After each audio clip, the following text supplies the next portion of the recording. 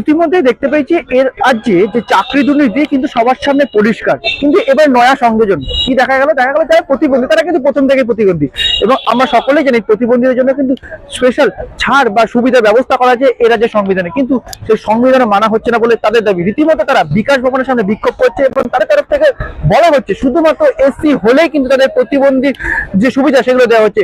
এর বিরুদ্ধে তারা তীব্র প্রতিবাদ জানায় এবং এটা যতদিন না পর্যন্ত তাদেরকে মীমাংসা করে, অর্থাৎ তাদের তরফ থেকে বলা হচ্ছে যে 2019 সাল থেকে তারা এই বিষয় নিয়ে বারংবার কমিশনকে জানাচ্ছে, কিন্তু কোনো ফল হয়নি। তাই তারা ইতিমধ্যেই বিক্ষোভে নেমেছেন এবং যতক্ষণ না পর্যন্ত এই বিষয় সমাধান হচ্ছে তা থাকবেন এবং পরবর্তীকালে বৃহত্তর আন্দোলনের হুঁশিয়ারি দিচ্ছেন।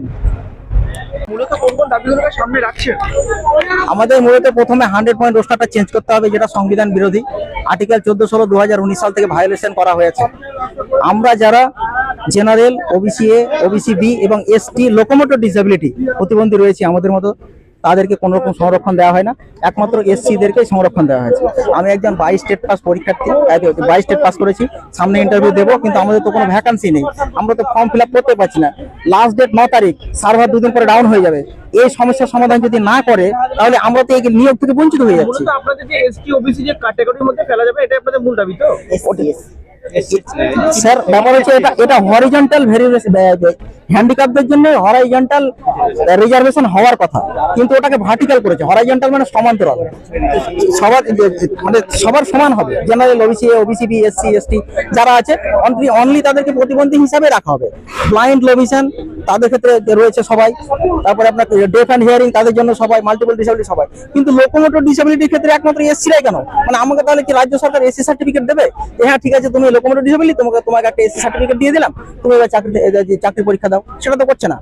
আমি তো রীতিমতো বাদ যাচ্ছি। আমি WBCS 2022-এ প্রিলিমসে 117 পেয়েছি, কিন্তু যারা 83 পেয়ে এসছি পিডব্লিউডি তারা আজকে চাকরি করছে। ক্লার্কশিপ 2019 আমি নম্বর পেয়েছি, যেখানে আমার থেকে 5 নম্বর কম পেয়েছি। হ্যাঁ, এটা রীতিমতো ইচ্ছাকৃত করা হয়েছে, মানে একটা সম্প্রদায়ের মানুষকে বঞ্চিত করে দেওয়া হচ্ছে। আমরা তো হ্যান্ডিক, আমাদের আবার জাতি ভিত্তিক কিসে? অন্যান্যদের ক্ষেত্রেও অন্যান্য জায়গার ক্ষেত্রেও যেখানে এ হয়।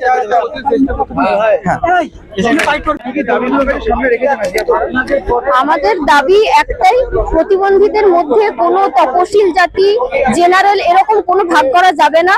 যেই লোকোমোটর ডিসেবিলিটি নিয়ে এসসি ক্যান্ডিডেট চাকরি পাচ্ছে, সেখানে আমরা জেনারেল, ওবিসি, এসটি হওয়ার জন্য আমরা আজকে রাস্তায়। আমাদের দাবি নিয়ে আগে অনেকবার সমাজ কল্যাণ দপ্তরে আমরা দেখা করতে এসেছিলাম, কিন্তু এখনো পর্যন্ত সেই 2019 সাল থেকে 2025 সাল শেষ হয়ে গেল, এখনো পর্যন্ত আমাদের দাবি মেনে রোস্টার চেঞ্জ হয়নি। মূলত আমাদের দাবি প্রতিবন্ধীদের মধ্যে কোন রকম কাস্ট বিভাজন না করে আমাদের যে সংরক্ষিত সিট সেটা আমাদেরকে দিয়ে 2022 প্রাথমিক স্টেট পাস আমরা করেছি, আমাদেরকে চাকরি দিতে হবে, এটাই আমাদের মূল দাবি।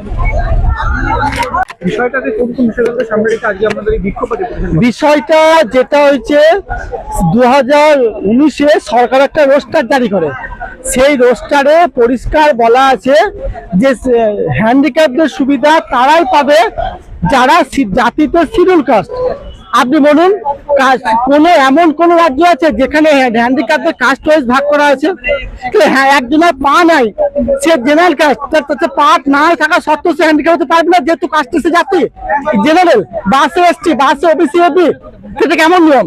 যেখানে পিডব্লিউডি অ্যাক্ট সংবিধান 2016 সংরক্ষণ দেওয়া আছে আমাদেরকে, সেখানে এরা সেই সংরক্ষণ মানছে তো নাই, উল্টে দেখা করতে গেলে কথা বলতে বলছে না, সংরক্ষণ দেওয়াটা পরে ওর কাজে দিচ্ছে। 2019 থেকে বলে কিছু হচ্ছে না, এরপর কি লক্ষণ সেটা? 19 থেকে আজকে 6টা বছর পেরিয়ে গেল, সাধারণ বিষয়টা বুঝে উঠতে পারেনি, এই সামান্য বিষয়টা বুঝে উঠতে পারেনি, সংশোধন করতে পর্যন্ত রাজি নয়। তাদেরকে আমরা কি বলবো?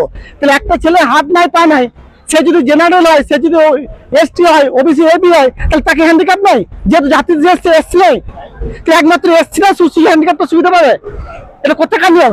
এমন একটা রাজ্য ভারতবর্ষে দেখান যে রাজ্যে এরকম চলে, এটা পশ্চিমবঙ্গ বলেই সম্ভব হয়। 2019 সাল থেকে বলেছে, 19 পর থেকে যত পরীক্ষা হয়েছে, রিক্রুটমেন্ট হয়েছে, আমরা কোনো জায়গাতে অ্যাপ্লাই করতে পারিনি। 6 বছর ধরে বঞ্চিত। কারো বয়স শেষ, কারো বয়স দোরগোড়ায় দাঁড়িয়ে, শেষের দিকে দাঁড়িয়ে আছে। লাস্ট যেটা জায়গা ছিল প্রাইমারি, সেটা আমাদের ইন্টারভিউ নোটিফিকেশন বার করে দিয়েছে, সেখানেও একই নিয়ম।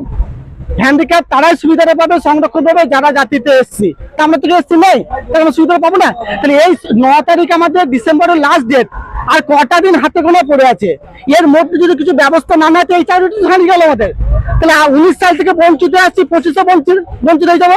সামনে বছর পড়লে ভোটের একটা উৎসব শুরু হয়ে যাবে, তা ভোট করে গেলে আবার 10 বছর এ তো চলে আসছে। এটা তো সবকিছু ভোট পারপাস হয়, আর ভোট এসছে, নিয়োগ শুরু হয়েছে, ভোট যাই পেরিয়ে যাবে, নিয়োগ বন্ধ হয়ে যাবে।